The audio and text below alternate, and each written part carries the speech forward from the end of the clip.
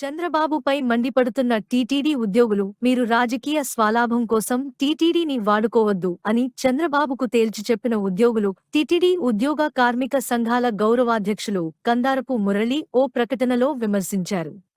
చంద్రబాబు నాయుడు గారు చెప్పిన పద్ధతిలో జరిగింది అని నమ్మగలమా?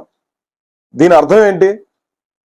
మీరు ఎవరి మీదో కోపాన్ని ఈ రకంగా బజారు పాలు చేయడం తప్ప టీటీడీ ప్రతిష్టని, వెంకటేశ్వర స్వామి ప్రసాదానికి ఉన్నటువంటి నాణ్యమైనటువంటి లేదా ప్రసాదంపై మీద ఉన్నటువంటి పవిత్రతని మీరు అపవిత్రం చేయడం కాదా?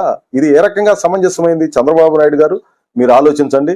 ముఖ్యమంత్రి స్థాయిలో తప్పులు సరిదిద్దబడడానికి మీరు ఈ రాష్ట్రం మొత్తానికి హెడ్ గా ఉండేది. తప్పులు ఎవడన చేస్తుంటే కఠినంగా శిక్షించండి, లేదా వాళ్ళ మీద మీరు ఏమేమి ఛార్జెస్ ఫ్రేమ్ చేస్తున్నారు వాటి ఆధారంగా శిక్షించండి. అదిగే కరెక్ట్. గాని ఈ రకమైనటువంటి మీ స్థాయిలో కొన్ని ఆరోపణలాగా మీరు ప్రకటించేసి దాన్ని వివాదాస్పదం చేయడం, దాని నుంచి లబ్ధి పొందాలన్నటువంటి ప్రయత్నం చేయడం అనేది ఏ రకంగానూ సమంజసమైనటువంటిది కాదు. భక్తుల మనోభావాలను దృష్టిలో పెట్టుకోండి. ఉద్యోగాల్ని అవమానపరిచే రీతిలో మీరు వ్యాఖ్యానాలు చేయబాకండి అని చెప్పి నేను విజ్ఞప్తి చేస్తున్నాను. మీరు ఎవరి మీదో కోపంతో ఈ రకంగా చేయడం అని అంటే ఉన్న ఇంటికి నిప్పును తగలబెట్టుకున్నట్టుగా అవుతుంది. అదేదో ఎలుకను పట్టకపోయి చూరు తగలబెట్టారని చెప్పే సామెత ఉంది. మీరు ఎవరినో పట్టుకోవాలని చెప్పే పేరుతో టీటీడీ ప్రతిష్టని బజారు పాలు చేయడం, లేదంటే భక్తుల మనోభావాలతో చెలగాటమాడడం అనేది సమంజసమైనటువంటిది కాదు. ఒక సుదీర్ఘకాలం ముఖ్యమంత్రిగా పనిచేసినటువంటి చంద్రబాబు నాయుడు గారు, లేదంటే చంద్రబాబు నాయుడు గారు ఈ జిల్లాలో పుట్టారు, చంద్రగిరిలో. ఇక్కడ పుట్టి ఇక్కడ పెరిగి తిరుపతిలో చదువుకొని, తిరుపతిలో అన్ని రకాలుగా రాజకీయాలు నేర్చుకొని ఈరోజు ఈ ఉన్నత స్థానంలో ఉన్నారంటే మొదట బేస్ తిరుపతి. అట్లాంటి తిరుపతి మీద భాండాలు వేయడం, లేదంటే ఈ రకమైనటువంటి వ్యాఖ్యానాలు చేయడం ఏ రకంగా సమంజసమైనటువంటిది? ఎవరైనా మాకేమి పలానోళ్ళని రక్షించాలా, పలానోళ్ళని వ్యతిరేకించాలన్నటువంటి అజెండా మాకేమి లేదు.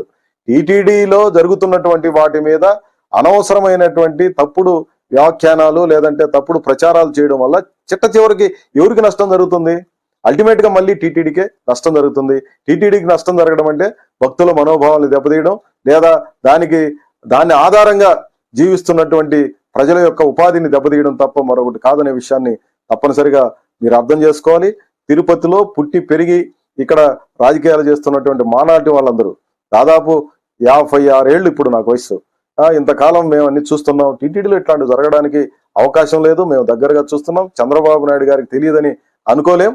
ఇది సరైనటువంటిది కాదు. మరొక్కసారి చంద్రబాబు నాయుడు గారు రివీల్ చేసుకోవాలి.